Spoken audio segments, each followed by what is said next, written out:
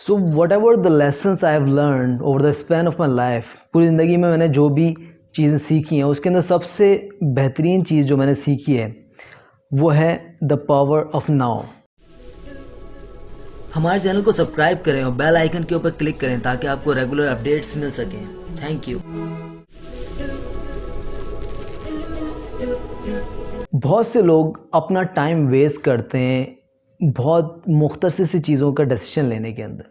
कोई पढ़ाई करनी है, कोई कोर्स करना है, किसी से आगे बढ़ के बात करनी है, या फिर कुछ बड़ी बड़ी चीज़ें जिसके अंदर कैरियर का सिलेक्शन, और फिर शादी जैसे मामला जिसके अंदर बहुत ज़्यादा सोचा जाता है। बहुत ज़्यादा सोचने के बाद भी लोग डिसीजन ले नहीं पाते, और जब वो डिसीजन नहीं ले पाते तो जाहिर सी बात है एक शख्स जो जल्दी डिसीजन लेके उस अपॉर्चुनिटी को ग्रैब करके आगे बढ़ जाता है, और दूसरा शख्स जो कि उस डिसीजन के ऊपर अटक जाता है और उसको डिले करता रहता है।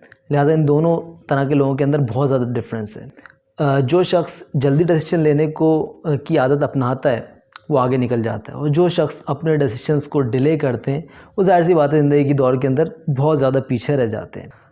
Now come to the topic जिसके लिए मैंने आज की वीडियो बनाई है, वो है मैरिज।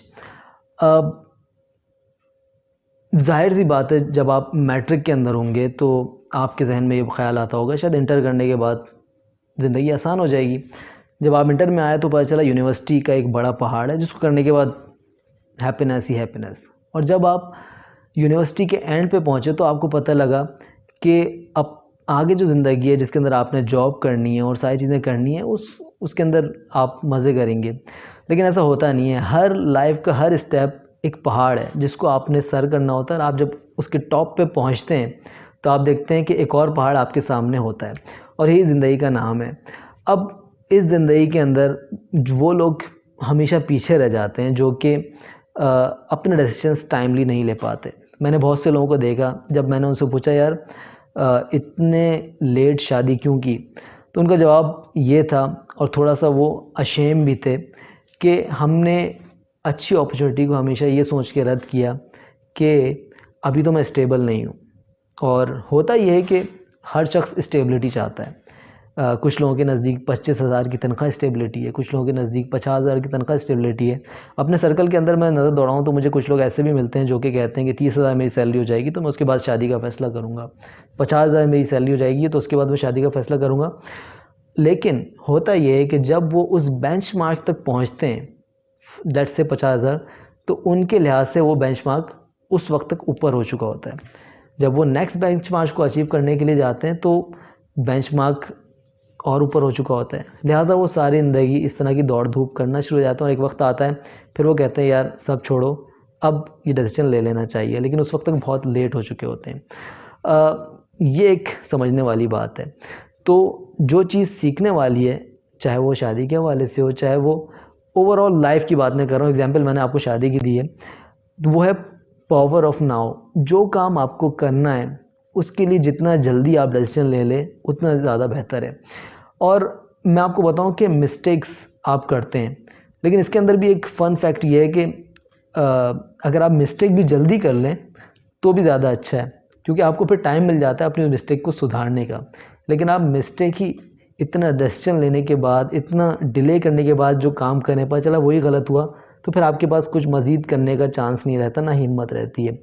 तो बहुत से लोग ये सोच रहे होते हैं यार फ़लाना कोर्स करना चाहिए या नहीं करना चाहिए। जब मैंने इंजीनियरिंग की थी तो इंजीनियरिंग करने के साथ ही मैंने एमबीए के अंदर एडमिशन ले लिया था। जैसे ही मैंने इंजीनियरिंग से पास आउट हुआ मैंने एमबीए के अंदर फौरी तौर पर एडमिशन ले लिया। और उस वक्त तक जबकि मेरे दूसरे क्लास फेलोज़ अपने डिसीजन को डिले करते करते, जब उन्होंने 5, 6, 7 साल के बाद, और बहुत से लोगों ने तो 8 और 9 साल के बाद ये डिसीजन लिया कि उनको एमबीए करना चाहिए था, जब तक वो तमाम अपॉर्चुनिटीज़ जो उन्होंने अपनी कैरियर लाइफ गुजारने के दौरान में देखी, जिसके अंदर इंजीनियरिंग प्लस एमबीए की रिक्वायरमेंट थी, वो सारी अपॉर्चुनिटीज़ गुजर चुकी थी। और उन अपॉर्चुनिटीज़ को उन लोगों ने अवेल कर लिया था जिन्होंने टाइमली डिसीजन लिया और टाइमली अपनी नेक्स्ट डिग्री प्रोग्राम को मुकम्मल कर लिया। सो यहाँ भी ये बताना ज़रूरी है कि अगर आप समझते हैं कि फ़लाना डिग्री प्रोग्राम मेरे लिए सही नहीं है या सही साबित नहीं होगा, तो उसका बेहतर तरीक़ा ये है कि उस शख्स से रब्ता किया जाए जो कि उस चीज़ को कर चुका हो, या दूसरा तरीका ये है कि आप खुद उस काम को करें और देखेंगे रिज़ल्ट कैसा है। दो चीज़ होंगी, या तो आप कामयाब होंगे या आप कुछ ना कुछ नया सीखेंगे। फेलियर कभी भी इस तरह की चीज़ों के अंदर नहीं होता, इंसान हमेशा कुछ ना कुछ सीखता है, और जब आप कुछ सीखते हैं तो फिर नेक्स्ट स्टेप आपका उस लर्निंग को यूज़ करते हुए फिर आगे अपना नया डिसीजन लेना है, और इसी तरह इंसान की ज़िंदगी आगे बढ़ती है। लेकिन डिसीजन को डिले करना कभी भी आपके नज़दीक एक ऑप्शन नहीं होना चाहिए।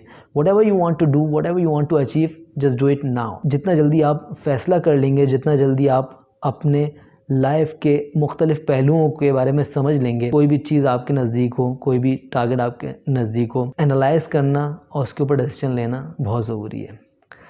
उम्मीद है कि आपको ये ओवरऑल जो भी बात मैंने की बहुत कंफ्यूजिंग थी, लेकिन समझ में आ गई होगी, या मैं जो समझाना चाह रहा हूँ शायद आप किसी हद तक समझ गए हों। अगर आप जो भी समझें उसको कमेंट बॉक्स के अंदर ज़रूर लिखिएगा, ताकि मुझे ये पता लगे कि मेरी बात आप तक पहुँची या नहीं पहुँची। और अगर आप कुछ नहीं समझे तब भी आप कमेंट बॉक्स के अंदर लिखिएगा, ताकि मैं नेक्स्ट वीडियो के अंदर उसको प्रॉपर तौर पे ज़्यादा अच्छे से एक्सप्लेन करने की कोशिश करूँ। This is Syed Uwais Mukhtar, thank you very much for watching. अस्सलामु अलैकुम। हमारे चैनल को सब्सक्राइब करें और बेल आइकन के ऊपर क्लिक करें ताकि आपको रेगुलर अपडेट्स मिल सकें। Thank you.